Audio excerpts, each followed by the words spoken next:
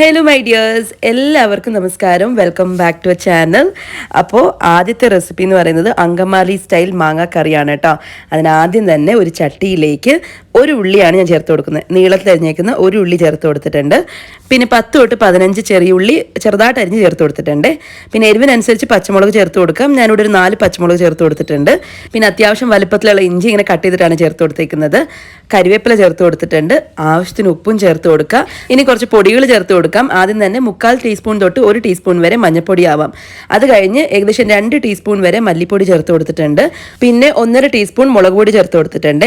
എരിവുള്ള മുളക് പൊടിയാണെങ്കിൽ നോക്കിയിട്ട് ചേർത്ത് കൊടുത്താൽ മതി. ഞാനിപ്പോൾ യൂസ് ചെയ്തിരിക്കുന്നത് കശ്മീരി റെഡ് ചില്ലി പൗഡറാണ് കേട്ടോ. അതാകുമ്പോൾ നല്ല കളർ ഉണ്ടാവും, എന്നാൽ അധികം എരിവൊന്നും ഉണ്ടാവില്ല, അതുകൊണ്ടാണ്. പിന്നെ 1 ടേബിൾ സ്പൂൺ വെളിച്ചെണ്ണ ചേർത്ത് കൊടുത്തിട്ടുണ്ട്. അതേപോലെ 1 ടീസ്പൂൺ വിനീഗർ ചേർത്ത് കൊടുത്തിട്ടുണ്ട്. ഇനി എന്താ വേണ്ടതെന്ന് വെച്ചാൽ ഇതെല്ലാം നന്നായിട്ട് കൈ കൊണ്ടൊന്ന് മിക്സ് ചെയ്തെടുക്കണം. നല്ലതുപോലെ നന്നായിട്ട് തന്നെ ഒന്ന് മിക്സ് ചെയ്തെടുക്കുക. കൈ കൊണ്ട് തന്നെ ഒന്ന് കുഴച്ചെടുക്കുന്ന രീതിയിൽ തന്നെ ഒന്ന് എടുക്കുക. ഉള്ളിയൊക്കെ നല്ലതുപോലെ മസാലയൊക്കെ കോട്ടായിട്ട് ഒന്ന് സോഫ്റ്റായി കിട്ടിക്കോട്ടെ. അപ്പോൾ നമ്മുടെ മാക്സിമം എനർജി യൂസ് ചെയ്തിട്ട് നന്നായിട്ട് തന്നെ ഒന്ന് മിക്സ് ചെയ്തെടുക്കുക. അത് കഴിഞ്ഞ് ഇതിലേക്ക് പച്ചമാങ്ങ ചേർത്ത് കൊടുക്കാം. ഞാനിപ്പോൾ 2 പച്ചമാങ്ങയാണ് ചേർത്ത് കൊടുത്തിരിക്കുന്നത്. അപ്പോൾ ഇതുപോലെ നീളത്തിലരിഞ്ഞ് ചേർത്ത് കൊടുക്കുന്നുണ്ട്. അത്യാവശ്യം കനത്തിലാണ്. കാരണം എന്ന് വെച്ചാൽ കഴിക്കുന്ന സമയത്ത് കിട്ടണമല്ലോ, ഒരു ടേസ്റ്റ് ഫീൽ ചെയ്യണമെങ്കിൽ അത്യാവശ്യം കനം ഉണ്ടാവണം. അപ്പോൾ അതുകൊണ്ട് ഈ ഒരു വലിപ്പത്തിലാണ് കട്ട് ചെയ്തെടുത്തേക്കുന്നത്. എന്നിട്ട് മാങ്ങയും കൂടി ചേർത്തു എല്ലാം നല്ലതുപോലെ മിക്സ് ചെയ്യുന്നുണ്ട്. ഇതെന്തായാലും കൈ കൊണ്ട് തന്നെ മിക്സ് ചെയ്തെടുക്കണം, അല്ലാതെ നമ്മൾ സ്പൂണോ തവി വെച്ചിട്ട് മിക്സ് ചെയ്തിട്ട് ഒരു കാര്യമില്ല. അപ്പോൾ അതുകൊണ്ട് കൈ കൊണ്ട് മാക്സിമം നന്നായിട്ടൊന്ന് മിക്സ് ചെയ്തെടുക്കുക. ഇനി ഇതിലേക്ക് ചേർക്കേണ്ടത് തേങ്ങാപ്പാലാണ്. തേങ്ങയുടെ 2ാം പാലാണ് ചേർക്കേണ്ടത്. അതായത് കുറച്ച് ലൂസായിട്ട് ഉണ്ടാവുമല്ലോ, ആദ്യം നല്ല കട്ടിപ്പാൽ നമ്മളങ്ങ് മാറ്റി വെക്കുക. എന്നിട്ട് വീണ്ടും ഒന്ന് അടിച്ചെടുക്കുമല്ലോ, ആ ഒരു പാലാണ് നമുക്ക് വേണ്ടത്. അപ്പം അത് അത്യാവശ്യം ലൂസായിട്ട് ഉണ്ടാവും. നമ്മുടെ ഈ കറി ഉണ്ടാക്കുന്നതിൽ ആകെ ടൈം കൺസ്യൂമിംഗ് ആയിട്ടുള്ളത് തേങ്ങാപ്പാൽ എടുക്കുന്നത് മാത്രമാണ്.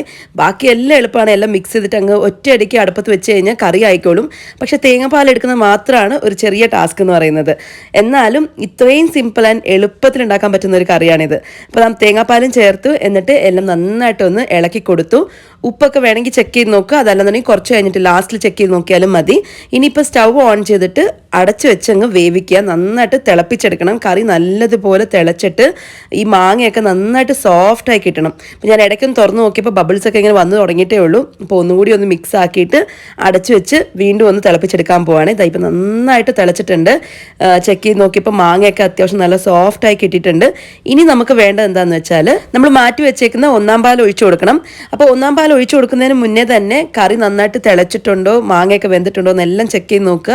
കാരണം എന്ന് വെച്ചാൽ ഈ പാൽ ഒഴിച്ചു കഴിഞ്ഞാൽ നമ്മളധികം തിളപ്പിക്കില്ല, ജസ്റ്റ് ഒന്ന് ലൈറ്റായിട്ടൊന്ന് ചൂടാക്കി എടുക്കത്തേ ഉള്ളൂ. ചെറുതായിട്ടൊന്ന് ആവി പറക്കുന്ന ഈ ഒരു സ്റ്റേജ് എത്തുമല്ലോ, ഒന്ന് ചെറുതായിട്ട് ചൂടായി വരുന്ന ആ ഒരു സ്റ്റേജിൽ തന്നെ നമ്മളങ്ങ് സ്റ്റൗ ഓഫ് ചെയ്യും. അതായത് കറി അങ്ങ് മാറ്റി വെക്കും, ഇട്ട് തിളപ്പിക്കാൻ പാടില്ല കേട്ടോ.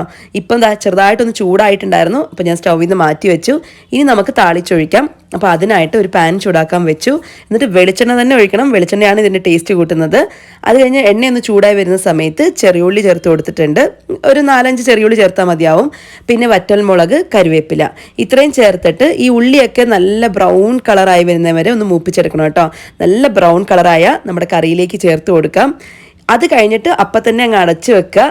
പിന്നീട് നമ്മൾ എപ്പോഴാണോ സെർവ് ചെയ്യുന്നത് ആ ഒരു സമയത്ത് ഒന്ന് ഇളക്കി എടുത്താൽ മതി. ഇപ്പം ഞാൻ കറിയിലേക്ക് ഇട്ടിട്ട് അങ്ങനെ തന്നെ അങ്ങ് അടച്ചു വെക്കാൻ പോവാണ്. ഒന്നും മിക്സ് ചെയ്യുന്നൊന്നുമില്ല. എന്നിട്ട് ഞാൻ ബാക്കിയുള്ളതെല്ലാം ഉണ്ടാക്കിയതിന് ശേഷം കറി ഒന്ന് മിക്സ് ചെയ്തെടുത്തു. ഈ കറി ഇരിക്കുന്തോറും ഭയങ്കര ടേസ്റ്റാണ്. മാങ്ങയിൽ പുളിയൊക്കെ ഇറങ്ങി നല്ല ടേസ്റ്റ് കൂട്ടും. അപ്പോൾ ഇപ്പോൾ ഇന്ന് ഉണ്ടാക്കിയിട്ട് പിറ്റേ ദിവസം എടുക്കുകയാണെങ്കിൽ നല്ല ടേസ്റ്റ് ആയിരിക്കും കേട്ടോ.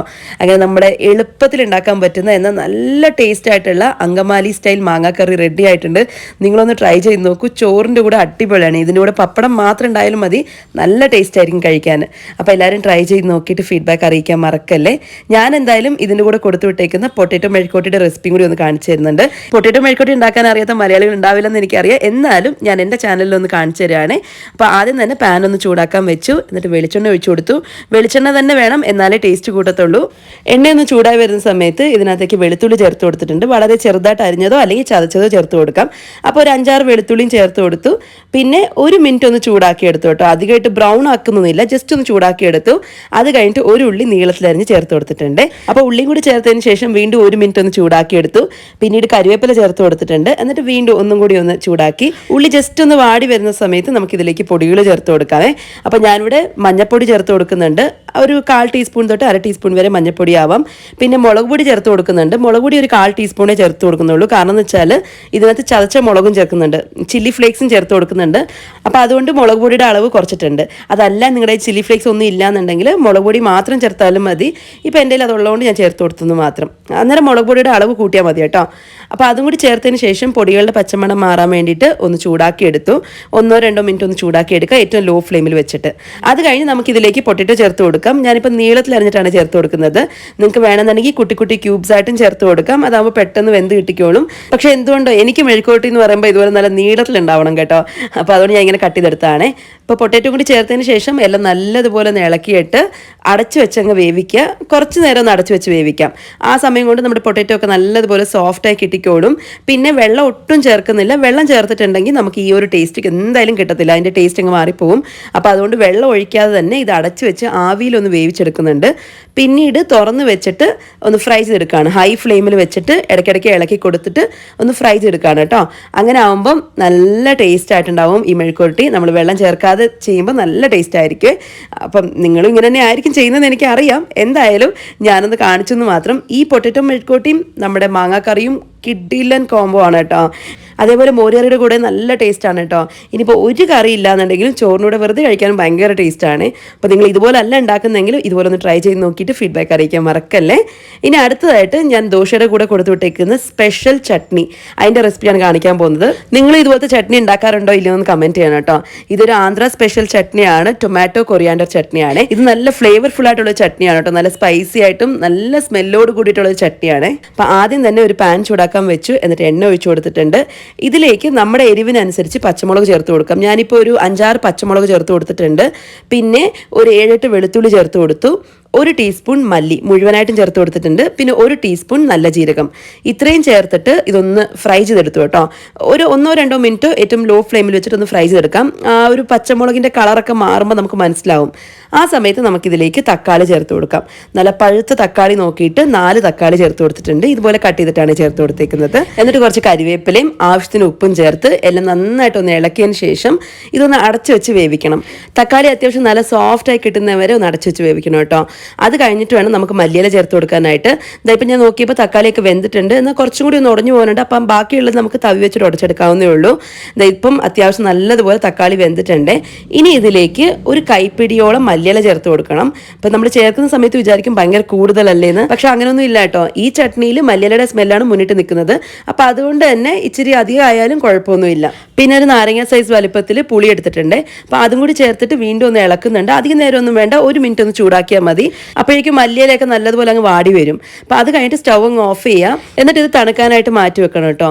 നല്ലതുപോലെ തണുത്തതിന് ശേഷം മാത്രം ഒന്ന് അരച്ചെടുക്കുക. ഒട്ടും വെള്ളം ചേർക്കുന്നില്ല, വെള്ളം ചേർക്കാതെ വേണം അരയ്ക്കാനായിട്ട്. നമ്മളിത് ചട്നിയായിട്ട് യൂസ് ചെയ്യുന്നതുകൊണ്ട് തന്നെ വെള്ളം ചേർക്കാതെയാണ് അരയ്ക്കുന്നത്. പിന്നീട് എല്ലാം കഴിഞ്ഞിട്ട് ജാറൊന്ന് കഴുകിയിട്ട് കുറച്ച് വെള്ളം ഒഴിക്കുന്നുണ്ട്, അത്രേ ഉള്ളൂ. അത്രമാത്രം നമ്മൾ വെള്ളം എടുക്കുന്നുള്ളൂ. ചിലരിത് റൈസിൻ്റെ കൂടെയും കഴിക്കാറുണ്ട് കേട്ടോ. അപ്പോൾ അതുകൊണ്ട് അത്യാവശ്യം നല്ല കട്ടിയായിട്ട് തന്നെയാണ് ഈ ചട്നി ഇരിക്കുന്നത്. ഇതായിപ്പോൾ ഞാൻ അരച്ചെടുത്തിട്ടുണ്ട്, ഇതുപോലുണ്ട് കാണാൻ. ഇതൊരു പാത്രത്തിലേക്ക് മാറ്റാം. എന്നിട്ട് ഞാൻ ആ ജാറ് കഴുകിയിട്ട് കുറച്ച് മാത്രം വെള്ളം ഒഴിച്ചിട്ടുണ്ട്. ഇതുപോലെ അത്യാവശ്യം തിക്കായിട്ട് തന്നെയാണ് ഇപ്പോഴും ഉള്ളത്. എന്നിട്ട് താളിച്ചൊഴിക്കാൻ ഞാനിപ്പോൾ കടുകും ഉഴുന്നുപരിപ്പ്, കടലപ്പരിപ്പ്, കരിവേപ്പില ഇത്രയും ചേർത്തിട്ട് താളിച്ചൊഴിച്ചിട്ടുണ്ട്. അങ്ങനെ നമ്മുടെ ടേസ്റ്റി ആൻഡ് ഈസി ആയിട്ടുള്ള ടൊമാറ്റോ കൊറിയാൻഡർ ചട്നി റെഡി ആയിട്ടുണ്ട്. ഇതൊരു വെറൈറ്റി ടേസ്റ്റ് ആയിരിക്കും. നിങ്ങൾ ഡെഫിനറ്റ്ലി ഒന്ന് ട്രൈ ചെയ്ത് നോക്കൂ. ദോശയുടെ കൂടെ അടിപൊളി കോംബോ ആണ് കേട്ടോ. അപ്പോൾ എല്ലാവരും ട്രൈ ചെയ്ത് നോക്കിയിട്ട് ഫീഡ്ബാക്ക് അറിയിക്കാൻ മറക്കല്ലേ. ഇന്നത്തെ 3 റെസിപ്പീസ് ഇഷ്ടമായെന്ന് വിശ്വസിക്കുന്നു. ഇഷ്ടമായിട്ടുണ്ടെങ്കിൽ ഒന്ന് ലൈക്ക് ചെയ്യാനും സബ്സ്ക്രൈബ് ചെയ്ത് സപ്പോർട്ട് ചെയ്യാനും മറക്കരുത്. അടുത്ത വീഡിയോ ആയിട്ട് കാണാം. ടാറ്റാ.